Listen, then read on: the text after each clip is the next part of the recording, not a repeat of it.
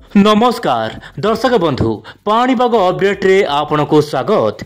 लघुचाप लघुचाप लघुचाप एबे राज्य रे खाली लघुचाप वर्षा अनेक स्थान रे प्रबल बर्षिब अनेक जिला को मिलला रेड अलर्ट। तेबे आपनको जिल्ला रे केमिति रहबो प्रबल वर्षा को नै कि बड़ खबर आसंतु आज रे वीडियो रे आलोचना करिबा।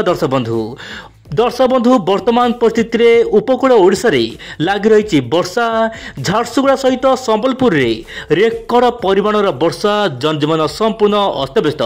देशर विभिन्न भाग में बर्षुछि जारी रहिबो प्रबल रेकर्ड भांगिबो अनेक स्थान रे भीषण वर्षा।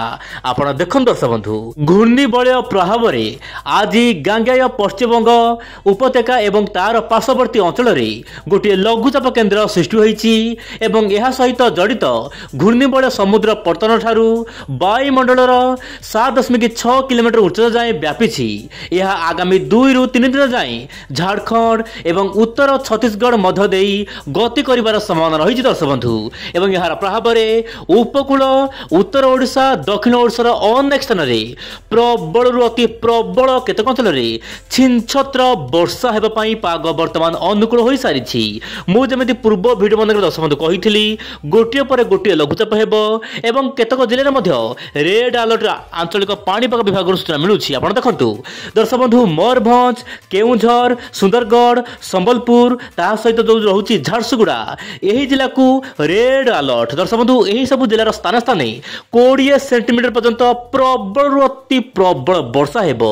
यह सहित दर्शक बंधु बलांगीर सहित बालेश्वर नहीं कि बौद्ध नुआपड़ा नवरंगपुर यही सब जिला मानक प्रबल अति प्रबल वर्षा हेबो। मालकानगिरी कोरापुट रायगड़ा तास जगतसिंहपुर केन्द्रापड़ा यही सब जिला मानक येलो अलर्ट रही प्रबल वर्षा हेबा पई। जो जिले में वर्षा कम रही जहाँ जना पड़ुछि यही लघुचाप प्रभाव में ताहा भरपाई हेबो एवं चाष कार्य आगु बढ़िबो।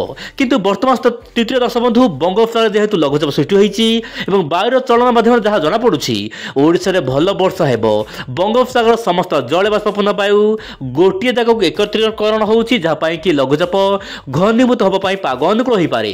यही समय मध्य सबुठ बड़ खबर दर्शक बंधु पैसिफिक ओशन माने प्रशांत महासागर रे गोटे टाइफून मध्य सृष्टि होबार संभावना रही। आपण देखंतु किंतु यही समय जहाँ टाइफून आसुछि दुई टाइफून आसीबो किंतु यार प्रभाव भारतर मौसुमी उपर नाही। मु आपन कहबो चाहिबी भारतर मौसुमी उपर नाही किंतु मौसुमी अधिक सक्रिय होबा कारणरू ओडिशा झारखंड पश्चिमबंग उत्तर प्रदेश मध्य प्रदेश विभिन्न अंचल रे प्रबल वर्षा हेबो। महानदीर उपर मुंडरे अत्यधिक भारी वर्षा होबा कारणरू तल मुंडरे जो जिला गुड़िक अच्छी से सब जिला मानक नदीर जलस्तर बढ़िया वर्तमान देखा मिल पारे कारण बढ़ो कारण उपर मुंडे प्रबल वर्षा हेबो। आप देखु झारखंड छत्तीसगढ़ यार आखपाख अंचल में प्रबल अति प्रबल वर्षा हेबो।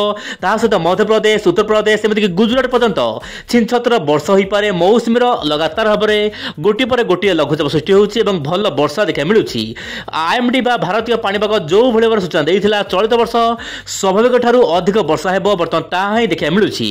यही समय मध्य एआई मॉडल दर्शक बंधु सब बड़ खबर एआई मॉडल ओडिशार वर्षा को लेकिन बड़ खबर जारी करिछि। आपण देखंतु ओडिशार लगातार वर्षा हेबो जो रेड कलर सर्कल देखुछंती यह होछि ओडिशा एवं ओडिशा मध्य भल वर्षा हेबो। जेपीएस मॉडल कहूतिला कि 15 तारिख पर सामान्य वर्षा कम रहिबो किंतु एआई मॉडल कहूछि 15 तारिख पर मध्य वर्षा जारी रहिबो। किंतु मु आपन कहबो चाहिबी वीडियो माध्यम रे वर्तमान लघुचाप उत्तर ओडिशा देई झारखंड आड़ को गति करिबो। तापर दर्शक बंधु आपण 14-15 तारिख मध्य आउ एक घूर्णिबल सृष्टि होई पारे। तापर पर्यायक्रमे 18 ରୁ 20 तारिख मध्य आउ एक घूर्णिबल सृष्टि होई पारे किंतु लॉन्ग रेंज फोरकास्ट रहउछि केबे भी परिवर्तन होई पारे। किंतु बड़ खबर रहउछि गोटे पर गोटे घूर्णिबल आसीबो जहाँ पई कि ओडिशा रो नै कि पूर्व भारत पूर्व नै कि उत्तर भारत रे भल वर्षा हेबो किंतु दक्षिण भारत जेमिति कि आंध्र प्रदेश रहउछि तमिलनाडु एही सब राज्यर स्थान स्थान वर्षार मात्रा बहु मात्रा रे कम रहइबो। देखिबार कथा आगामी दिन रे ओडिशा रो पाणीपाग नै कि आउ सब कोन नुआ अपडेट आसुछि आपण ओई डेडा चैनल सहित जड़ित होई रुहंतु। आज पय एतिकी नमस्कार जय जगन्नाथ दर्शक बंधु।